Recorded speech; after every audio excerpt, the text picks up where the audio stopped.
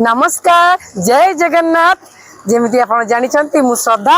आज नहीं आसी गोटे इंटरेस्टिंग वीडियो नुआ इंटरेस्टिंग वीडियो आज जगार लोकेशन टी होची मोर लेफ्ट साइड रे 200 मीटर गले आम नुआ बस स्टैंड आउ आम राइट साइड रे गले आपनकर 50 मीटर गले आपनकर डाणीगड़िया छक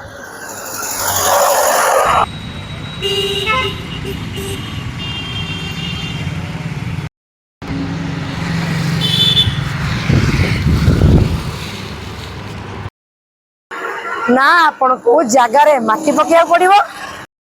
ना आपण को इटा बाली सीमेंट आनिबार टेंशन अच्छी यही अपार्टमेंट टी आपणकर भद्रक एनएच हाईवे को लगिकी अच्छी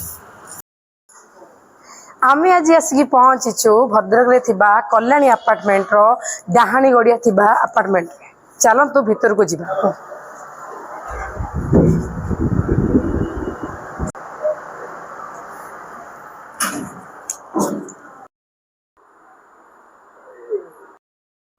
एठी आपण पाई जिबे एटा हला हमर मास्टर बेडरूम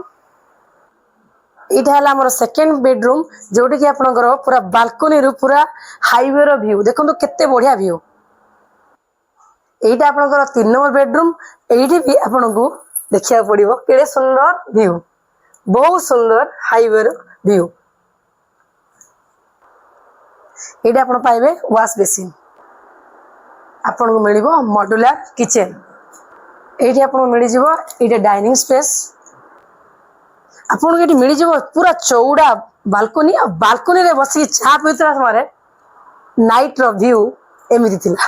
देखन तो एठी कित्ते बढ़िया स्पेस अछि कित्ते सुंदर स्पेस अछि